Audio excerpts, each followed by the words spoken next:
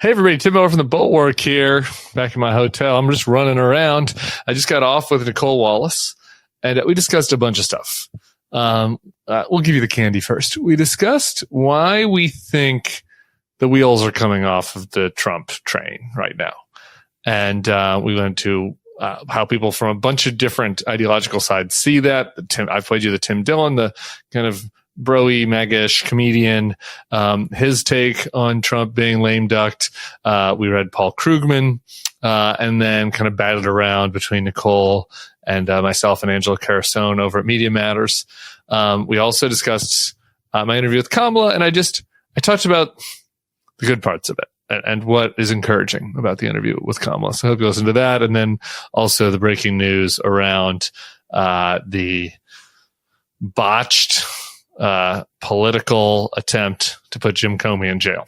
So lots of stuff. Me and Nicole Wallace. Hope you enjoy. Subscribe to the feed. Comment below. Tell me what you think.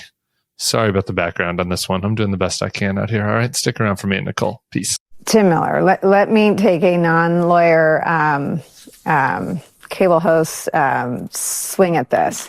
The Keystone Cops would be pissed if you compared this group to the Keystone Cops. I am told Lindsay Halligan was chomping on gum in court today. I am told that the judge's silence might have been to sort of the best case scenario for the government in there, that there was nothing to say. And, not for nothing, if this was someone that the government thought had carried out horrible, violent crimes, they would be jeopardizing their own ability to put a violent criminal away because of their misconduct. So we can sort of trivialize the severity of the procedural mistakes that were made. But if this were a prosecution of someone really, really bad, which the vast majority, the reason Mary never got no true bail, which means no indictment, is because what the government is supposed to do is prosecute people who are really, really bad. Jim Comey's innocence can be testified to by Eric Siebert, who is the sort of a Republican in very good standing, who ran that office and was run out or resigned because he refused to bring a case against Jim Comey. So the whole thing is a debacle and an embarrassment on the Trump side. Legally, you've got the Comey team looking at 5 different ways to make this go away, but we should stare at the sun of what this is, and it is a stain on the rule of law in America, seen the world over. Yeah, you and I are aligned on this, Nicole. I'm just a simple country podcaster, so I can't get into the details that Mary and Carol, with their expertise, can on this. But I look at all this, and it's just, it's blatantly incompetent, right? And so I don't know how much more time is necessary to spend on that. To me, it's like the incompetence almost papers over the perniciousness of this, right? I mean, I don't know why this struck me in particular, but I was looking at this selfie that Mark Benioff, the CEO of Salesforce, took with Pam Bondi at the state dinner with MBS last night.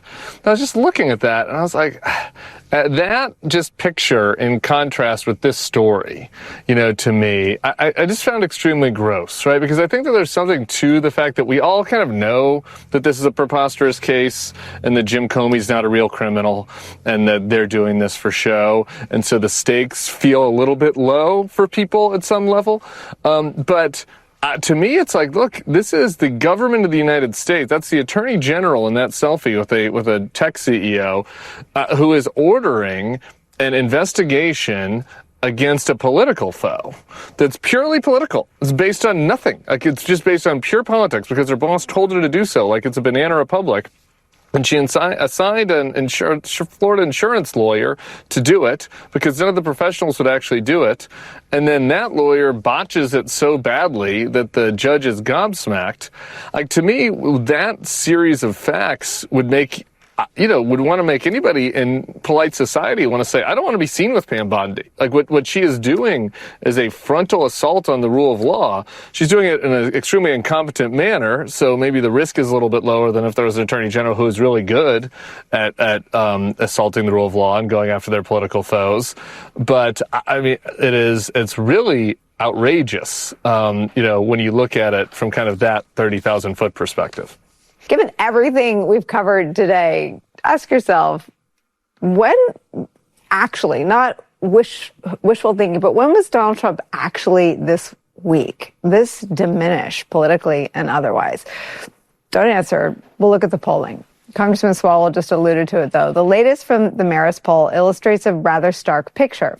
On the generic ballot right now, registered voters prefer a Democrat over a Republican by a whopping 14 points. It is the highest advantage Democrats have had since the year 2017.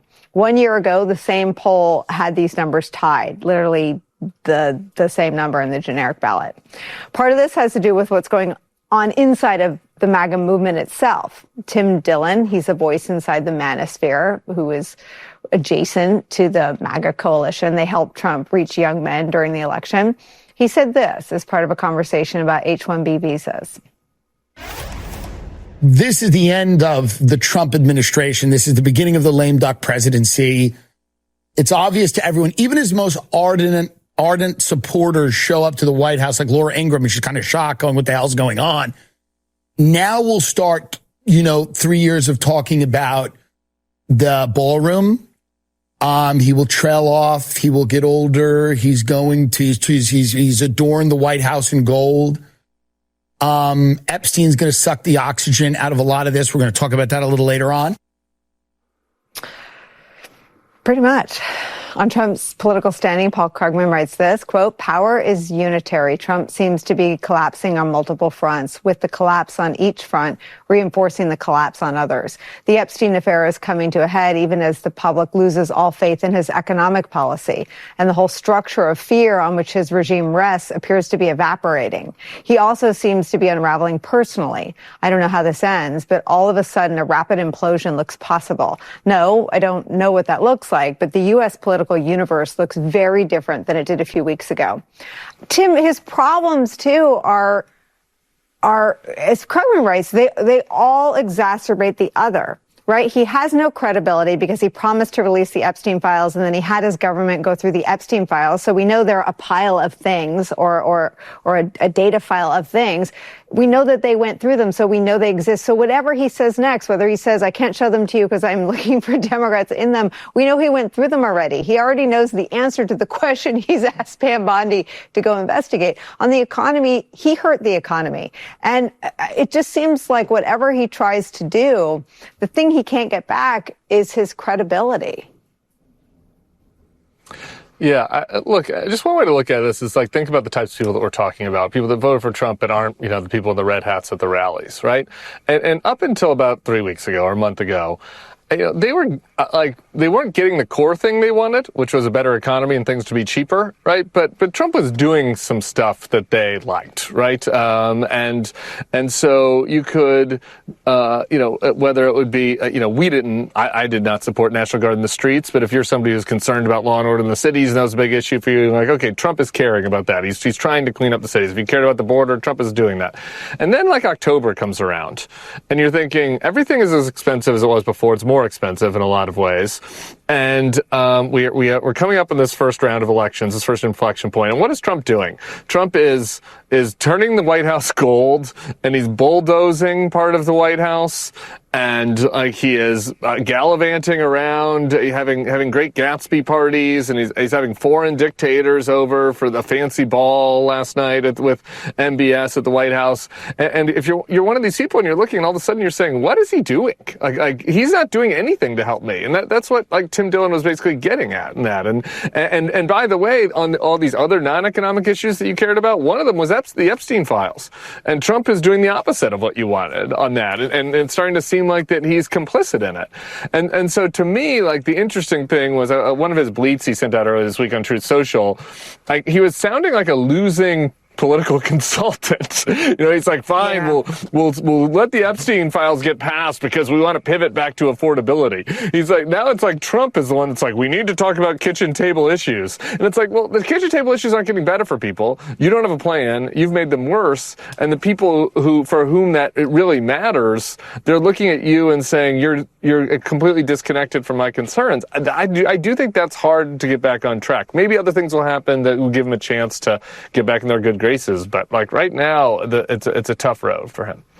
I think the bigger problem is someone told him well, I don't even know if they told him what it means. What does kitchen table mean to a man who has gilded the Oval Office in gold and knocked down the East Wing of the White House to replace it with a ballroom? Like anything, like that's fine. We're going to pivot back to kitchen table issues. No one thinks he knows what the kitchen table is for. No one understands that most people's kitchen table doubles as the place where they wipe away the dishes to one side and sit down with the stack of bills and tries to pay them. No one will ever believe that he knows what that feels like. And not that they ever did, but they used to think he was going to make those problems better. And now I think that he's surrounded himself with autocrats and gold and ballrooms. I don't know how he re-engages that conversation with credibility. I think it is, again, just another, the current president's statements most recently about this are another example of him attempting to gaslight the American people. And I say that